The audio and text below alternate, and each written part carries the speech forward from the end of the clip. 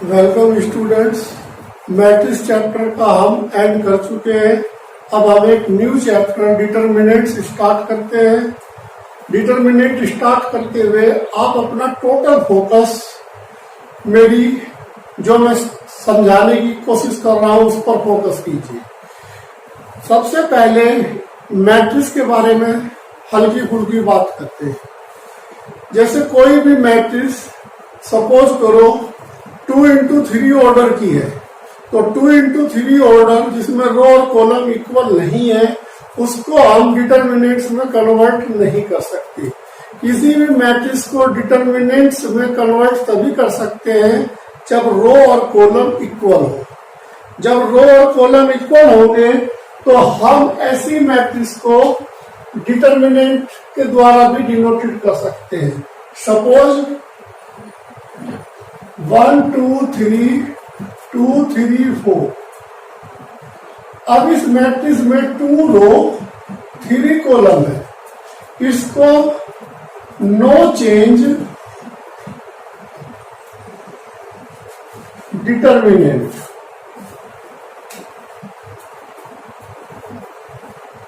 No change determinant if 1 2 2 3 change determinant, change determinant. इसी तरह 2 3 4 1 2 3 3 2 6 इसमें भी रो और कॉलम इक्वल है, तो इसको भी हम चेंज डिटरमिनेंट में कर सकते हैं। अब डिटरमिनेंट की डेफिनेशन क्या होती है?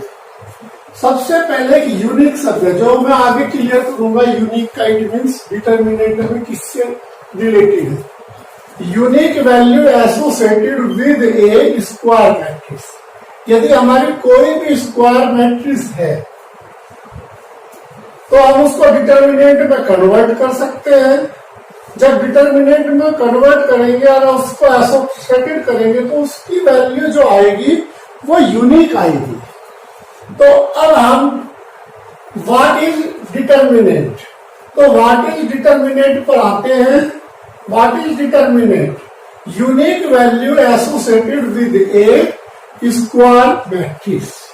तो कोई भी ऐसी मैट्रिक्स जो स्क्वायर है जिसमें रो और कॉलम्स इक्वल है उसको हम डिटरमिनेंट्स के द्वारा प्रेजेंट यानी डिटरमिनेंट्स कह सकते हैं। फॉर एग्जाम्पल 1 ऑर्डर 1 होने के कारण ये डिटरमिनेंट में कन्वर्ट हो सकती है। तो डिटरमिनेंट को हम इसके द्वारा डिनोटेड करते हैं। तो डिटरमिनेंट इसी तरह 2 3 4 5 तो ये स्क्वायर मैट्रिक्स है, इसको हम यदि डिटरमिनेंट में कन्वर्ट कर रहे हैं तो 2 3 4 5। तो इसी तरह हम 3 ऑर्डर को भी जो स्क्वायर मैट्रिक्स है उसको डिटरमिनेंट में डिनोट चेंज कर सकते हैं। किसी भी डिटरमिनेंट को हम इट्स डिनोटेड डेल या डिटरमिनेंट ऑफ ए या फिर डिटरमिनेंट ए द्वारा डिनोटेड। अब हम डिटरमिनेंट के ऑर्डर पर बात करते हैं। Determinant of order 1। तो if A equal A 1 row 1 column be the matrix then change determinant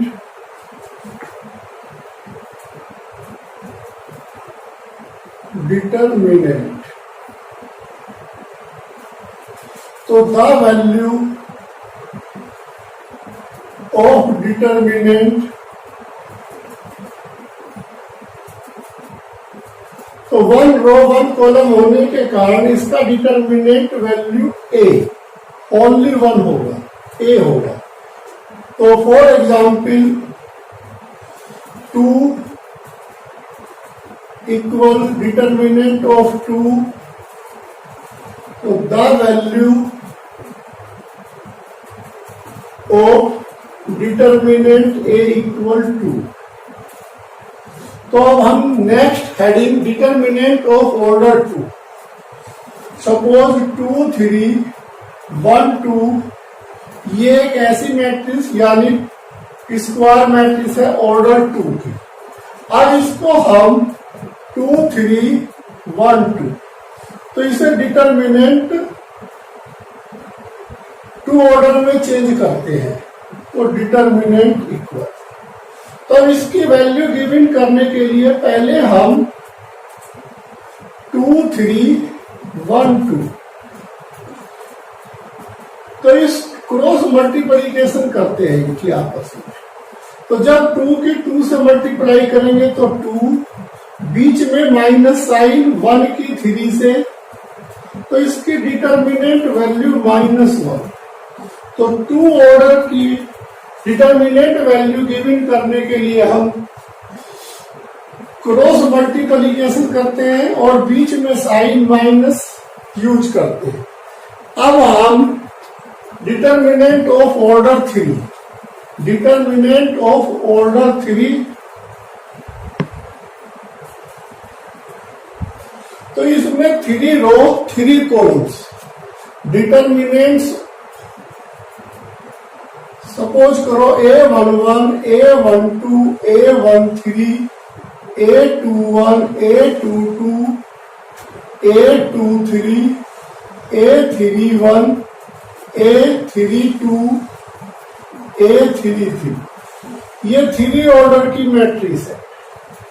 तो जो भी डिटर्मिनेंट मैट्रिक्स होगा उसका 3 ऑर्डर का जो sign plus minus plus minus plus minus plus minus plus, 3 order का जो भी डिटर्मिनेंट होगा उसमें हम plus minus plus plus minus plus minus plus minus plus minus plus alternative plus minus होंगे, अल्टरनेटिव प्लस माइनस होंगे। और जब भी हम इसको एक्सपेंशन, इसका एक्सपेंशन करेंगे, एक्सपेंशन ऑर्डर 3, तो पहला साइन हम प्लस लेंगे, दूसरा साइन माइनस, तीसरा साइन प्लस लेंगे। अब expansion with respect to, expansion with respect to R1, हम चाहे एक्सपेंशन R1 के विद रेस्पेक्ट करें, R2 के विद रेस्पेक्ट करें, R3 के विद रेस्पेक्ट करें, या C1 के एक्सपेंशन करें विद रेस्पेक्ट, या C2 के करें, या C3 के, तो किसी के भी विद रेस्पेक्ट एक्सपेंशन करने पे डिटर्मिनेंट की वैल्यू यूनिक आती है। इसलिए मैंने डेफिनेशन में एक यूनिक शब्द यूज किया था। स्क्वायर मैट्रिक्स जो भी एसोसिएटेड उसकी डिटर्मिनेंट वैल्यू होगी वो यूनिक होगी। तो इसलिए हम किसी के भी विद रेस्पेक्ट एक्सपेंशन कर सकते हैं। अब जैसे कि मैं expansion with respect to R, यानी इसके विद रेस्पेक्ट कर रहा हूं, तो मैं जब पहला एलिमेंट लूंगा A11,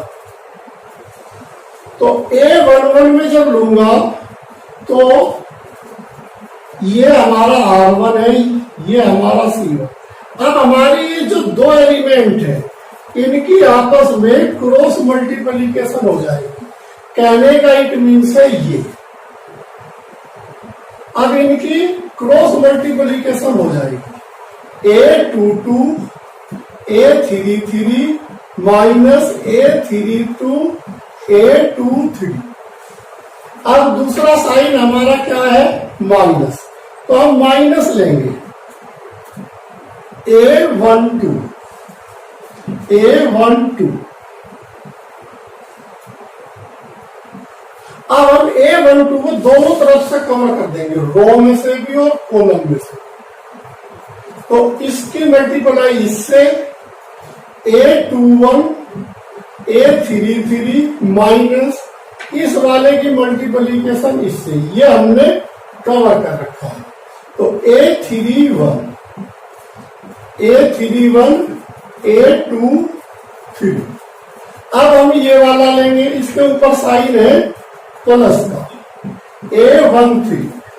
अब A13 का रो और कॉलम दोनों कवर कर लेंगे, फिर इनकी क्रॉस मल्टीप्लीकेशन करेंगे। A21 A32 minus A31 A22। अब इसको एक्सपेंड करने के बाद जो भी वैल्यू आएगी वो हमारी 3 ऑर्डर की डिटर्मिनेंट वैल्यू होगी। तो इसको हम एग्जाम्पल के नेक्स्ट एग्जाम्पल के जरिए समझते हैं। Determinant of A matrix of order 3/3। तो 3 ऑर्डर की मैट्रिक्स को हम डिटर्मिनेंट करते हैं। तो example third, find the determinant 1 2 4 -1 3 0 4 1 4। और हमारा इसका जो डिटर्मिनेंट का साइन होता है, पहला प्लस, दूसरा माइनस, तीसरा प्लस। हम किसी के भी विद रेस्पेक्ट यानी एक्सपेंड कर सकते हैं। तो किसी भी, ये चाहे हम R1 चाहे R2 R3 चाहे C1 C2 C3 किसी के भी विद रेस्पेक्ट एक्सपेंड करने पर वैल्यू सेम आती है। तो expansion with respect to R1 V है। तो हम सबसे पहले डिटर्मिनेंट 1, अब इसकी रो और कॉलम को कवर करते हैं, रो और कॉलम। तो इनकी क्रॉस मल्टीप्लीकेशन करते हैं। तो 0 -0, अब 2 का साइन है -2। अब 2 के रो और कॉलम को कवर करते हैं, फिर इसकी क्रॉस मल्टीप्लीकेशन करते हैं। 0 -0, अब 4 का साइन +4 है, इसकी रो और कॉलम को कवर करते हैं और क्रॉस मल्टीप्लीकेशन करते हैं। -1 और -12। तो दोनों की मल्टीप्लीकेशन के बीच में माइनस साइन यूज करते हैं। अब रिजल्ट 0, इसका भी रिजल्ट 0। ये माइनस का 13, 4 × -13 = -52। तो इसके डिटर्मिनेंट वैल्यू हमारी माइनस का 52, दैट इज आंसर। तो हम किसी के भी विद रेस्पेक्ट एक्सपेंड करेंगे तो आंसर सेम आएगा। Next example 5, find values of x for which 3x x1 determinant equal determinant 3 2 4 1। 2 order की मैट्रिक्स लेफ्ट साइड में है, 2 ऑर्डर की मैट्रिक्स राइट साइड में है। तो ये साइन हमारा डिटर्मिनेंट डिनोटेड करता है। अब इस क्वेश्चन को अक्सर परीक्षा में एग्जाम में स्टूडेंट गलत करते हैं। वो इसको मैट्रिक्स का क्वेश्चन समझकर direct both side equating corresponding comparing करके x की वैल्यू गिविंग कर देते हैं। तो इसलिए ऐसे क्वेश्चन को करते हुए हमें साइन का विशेष ध्यान देना होगा। तो ये हमारा क्वेश्चन मैट्रिक्स का ना होके डिटर्मिनेंट का क्वेश्चन है, ऑर्डर 2 का। अब इसका सॉल्यूशन करते हैं। एक्सपेंड 2 ऑर्डर, तो क्रॉस मल्टीप्लीकेशन होती है। तो 3 - x² इक्वल 3 - 8। तो 3 - x² इक्वल -5। तो ये x² उस साइड में जाकर प्लस और -5 इस साइड में आकर प्लस, तो एक्स स्क्वायर इक्वल 8, तो 2 इंटू 4, तो एक्स की वैल्यू प्लस माइनस 2√2, तो हमारी x की value plus minus 2√2, that is. Next question number 3, if a equal 1 2 4 2, तो 2 ऑर्डर की एक मैट्रिक्स गिवन है, तो then so that 2 determinant of 2a equal 4 into determinant of a। अब एक मैट्रिक्स गिवन है 2 ऑर्डर की, तो सॉल्यूशन करते हुए गिवन a इक्वल 1 2 4 2, तो देन 2a इक्वल 2 1 2 4 2, तो ईच एलिमेंट में 2 से मल्टीप्लाई, 2 4 8 4। अब इसका डिटर्मिनेंट गिवन करते हैं, तो देन 2a, तो 2 4 8 4, तो cross multiply 8 minus 32, 8 minus 32 equal minus 24। Left hand side,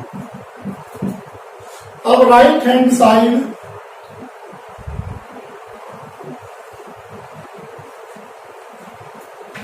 for determinant a equal 1 2 4 2, तो 4 2 माइनस 8, तो 4 इंटू माइनस 6 इक्वल माइनस 24, तो LHS इक्वल RHS। तो आगे चल के जब हम इसकी प्रॉपर्टीज पढ़ेंगे तो इसका एक मेथड और पढ़ेंगे शो करने का, तो अभी बिना प्रॉपर्टी यूज किए हुए इस मेथड को पर अपना फोकस कीजिए। नेक्स्ट क्वेश्चन प्रैक्टिस करने की बारी आप लोगों की है, तो question number 6, expansion with respect to R, तो हम इसके विद रेस्पेक्ट एक्सपेंशन कर रहे हैं। बी है, तो पहला साइन प्लस, दूसरा साइन माइनस, तीसरा साइन प्लस, तो इस साइन पर अपना फोकस कीजिए। अब सबसे पहले जब डिटर्मिनेंट ए गिवन करेंगे तो इस 1 को प्लस, अब हम इसको रो और कॉलम कवर करते हैं, क्रॉस मल्टीप्लाई माइनस का 9 और माइनस का 9, माइनस माइनस माइनस ये -3, अब -1 साइन -1, माइनस का 18 और माइनस का 15। अब तीसरा साइन हमारा यहाँ पर प्लस है जबकि यहाँ पर माइनस, तो हम ये वाला साइन यूज करेंगे, तो माइनस का 2। अब इसके रो और कॉलम कवर, तो 8 माइनस 5, तो +1 minus minus plus, 9 minus 6 -1, minus का 18, minus minus plus, -2 3 3 1 into 3 minus का 3 -6 3 + 3 -6 equal 0. So that is answer 3 order question number 6. Next question number 8, exercise 4.1. If determinant first row x2 second row 18x equal determinant first row 6-2 second row 18-6. अब ये दोनों matrix equal है तो उस condition में हमें x is equal, तो x की वैल्यू गिवन करनी है. तो इसके 4 आंसर हमें गिवन है. इसमें से कोई सा एक करेक्ट आंसर है. A 6, B ±6, C -6, D 0. तो MCQ क्वेश्चन है, कोई सा एक आंसर इसमें से करेक्ट होगा. सबसे पहले हम लेफ्ट हैंड का डिटर्मिनेंट वैल्यू गिवन करते हैं, एक्सपेंड करते हैं 2 ऑर्डर. तो x² -36 इक्वल 36 -36. तो x² -36 इक्वल 0. तो x² इक्वल 36. तो स्क्वायर रूट +-6. तो अब हमारा आंसर आ रहा है x इक्वल +-6. तो B आंसर हमारा करेक्ट है, B जो +-6 है. तो क्वेश्चन नंबर 8 का 1 करेक्ट आंसर B. एक नोट पर विशेष ध्यान दीजिए. Note, if A equal to -3 4 1 2 3 2 5 5. यहां मैंने जानबूझ के माइनस लिया. अब इसका फाइंड डिटरमिनेंट वैल्यू गिवन करनी है. तो पहली वैल्यू प्लस, दूसरी वैल्यू माइनस, तीसरी प्लस. जब हम इसको एक्सपेंड करेंगे तो expansion with respect to R1 B है. तो फर्स्ट रो के विद रेस्पेक्ट एक्सपेंड कर रहे हैं. तो डिटरमिनेंट A इक्वल +2.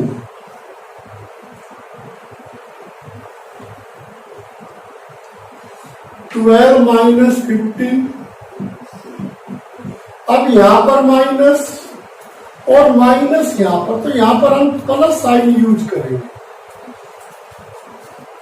तो रो कॉलम कवर करने पर 6 - 6 +4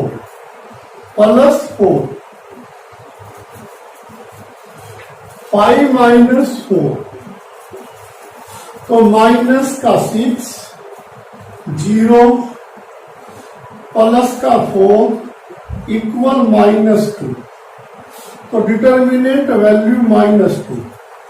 माय डियर स्टूडेंट, आज के लिए बस इतना ही.